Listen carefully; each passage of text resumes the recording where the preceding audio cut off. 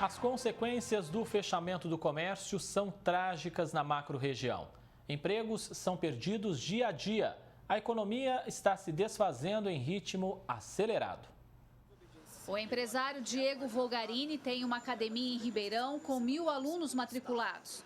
Ele fez um grande investimento antes de começar a quarentena e logo depois teve de parar de atender por imposição dos decretos. Mas se viu no desespero e cometeu uma desobediência civil. Reabriu o local. No segundo dia, foi barrado pela fiscalização da prefeitura e notificado para continuar fechado. Foi um ato de desobediência civil por sobrevivência? Exatamente, porque sem a gente trabalhar, como é que a gente vai sobreviver? Porém, esse ato de desobediência civil foi em cima do Estado e do município. Ambos estão desrespeitando um ato constitucional impetrado pelo próprio presidente da República. A gente vê que isso daí se tornou uma guerra política, né, e não somente em relação a uma pandemia viral, tá? Então, assim, o que eu penso é o seguinte: o chefe maior de Estado que dita as leis, tá? Se o STF já apoiou a lei, já impetrou na Constituição Federal, não cabe a governos e prefeitos irem contra um decreto presidencial. No início do mês, o governo federal incluiu academias, barbearias e salões de beleza como atividades essenciais. Alguns governadores se manifestaram contra e não cumpriram o decreto. Foi o que aconteceu no estado de São Paulo e aqui em Ribeirão. Diante disso, o empresário da academia vai acionar a justiça. Nós vamos impetrar um mandado de segurança porque é um direito líquido e certo. A Lei 13.979 prevê que o presidente da República, no seu artigo 3º, é o competente para disciplinar as atividades essenciais. O Estado e o município também podem disciplinar atividades essenciais, mas o artigo 24 da Constituição prevê, em matéria concorrente, deve prevalecer a decisão do presidente, o decreto presidente. E isso já foi ratificado pelo Supremo Tribunal Federal e ação declaratória de inconstitucionalidade. A advogada Fabiana Barroso afirma que os empresários que tentam alternativas para sobreviver, mesmo em ato de desobediência civil, não estão cometendo um crime. E ela explica o porquê. É uma desobediência civil relativa, porque, na verdade, nesse caso que você me explicou, o comerciante ali ele tá exercendo a cidadania dele plena, que também é um direito constitucional garantido. Então, cabe judicializar, recorrer para as instâncias superiores e é muito difícil a gente não ver que realmente está à margem de acontecer desobediência. Essas determinações via decreto, principalmente do governo do Estado de São Paulo, que está conflitante com o decreto federal, ele vai sim correr esse risco de haver uma super desobediência civil. Então, as pessoas, na hora de ter o seu direito vilipendiado, conhecedores dos seus direitos, acabam indo justamente para esse tipo de insistência, né, de reabrir. O Sindicato do Comércio Varejista de Ribeirão Preto também entende a postura do empresário no desespero para sobreviver.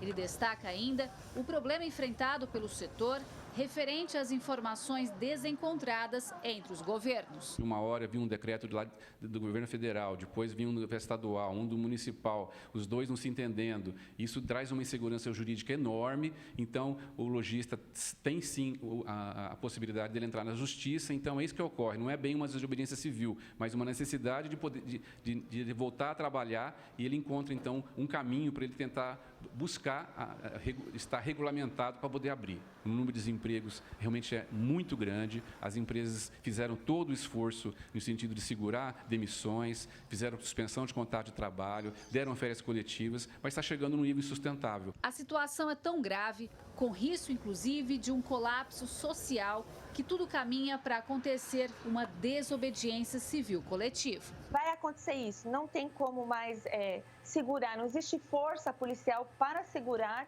pessoas que querem ir trabalhar, pessoas que querem reabrir seus comércios, suas indústrias, suas empresas. Direito é uma ciência, mas ele olha o caso a caso e essa é uma questão de olhar o caso a caso, né? Uma coisa é quem tem recursos ficar em casa, a outra é quem já está com os recursos esgotados e não pode mais ficar em casa porque não consegue nem mesmo trazer sustento para a família. É muito complicada essa questão. Gislene Lopes para o Jornal da Clube. Agora ao vivo, Thaisa Pinheiro traz mais informações. Thaisa.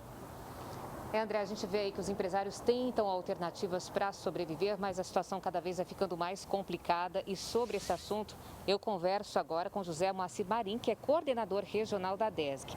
Bom, Marim, nessa crise, com comércio fechado, desemprego, pessoas até passando já fome, nós estamos muito próximos de uma desobediência civil. Boa tarde. Boa tarde, Thaisa. Boa tarde, ouvintes da TV Clube.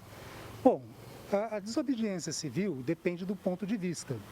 Se você olhar pelo lado do governo, ele vai chamar a desobediência civil de uma rebeldia. Se você olhar do lado do empresário, do trabalhador, da população, ele vai batalhar pelo seu espírito de sobrevivência. Então, a desobediência civil depende do ponto de vista de quem está analisando a situação. E não se esqueça que o instinto de sobrevivência é o primeiro instinto e o instinto mais forte que o ser humano tem. Não esqueça da palmadinha no bebê, quando o bebê precisa chorar e lutar pela vida. É o instinto de sobrevivência funcionando. E se o governo federal determina uma regra, o estadual outra, e cada município rema aí para um lado diferente, a desobediência está sendo provocada, vamos dizer assim, pela própria classe política? Sem dúvida nenhuma. O grande culpado da crise é a classe política, porque está aumentando exponencialmente o problema. Eu vou te dar um exemplo que fica muito fácil de entender. A gente tem recebido uma série de vídeos, reportagens do Romeu Zema, que é o governador de Minas Gerais. Ele tem trabalhado pela flexibilização do comércio, mas ele deu autonomia para cada município resolver as suas condições de abertura do comércio ou não. E você tem municípios que nem Uberlândia, Pouso Alegre, funcionando bem dentro da situação especial. Mas você tem, por exemplo, Belo Horizonte, totalmente isolado. Então você tem no mesmo estado cidades funcionando e a capital, que tem uma taxa baixíssima de mortalidade. Belo Horizonte é uma cidade de 2.700.000 habitantes, tem 33 mortes até o momento. Então você tem uma taxa de 0,00012% de letalidade na população de Belo Horizonte. Quer dizer, extremamente baixa. E, no entanto, Belo Horizonte está completamente fechada. E, Marim, o senhor tem vasta experiência acadêmica, administrativa. É possível manter aí o mínimo de ordem num estado tão confuso quanto o nosso atual? Não, é absolutamente impossível. São Paulo, nas suas 645 cidades, você tem situações completamente diferentes. Então, olha o rolo que foi criado com esse problema de adiantar os feriados.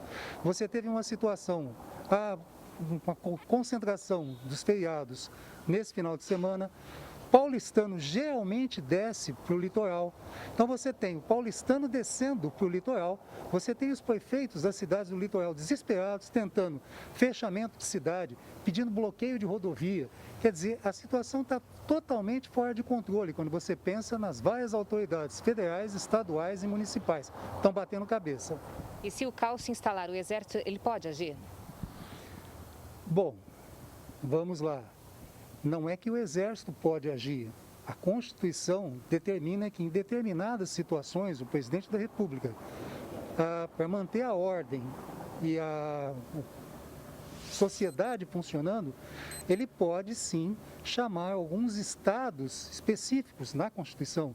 Seria o estado de defesa, o estado de sítio. São regras que fazem parte da Constituição. Todas elas são decretadas pelo Presidente da República, mas passam pelo aval do Congresso Nacional, que avalia essas situações e autoriza essas situações. São situações extremas para situações extremas. Obrigada, Marim, mais uma vez pela sua participação aqui no Jornal da Clube. E daqui a pouco eu volto então com outras informações. André? Até já, Thaisa.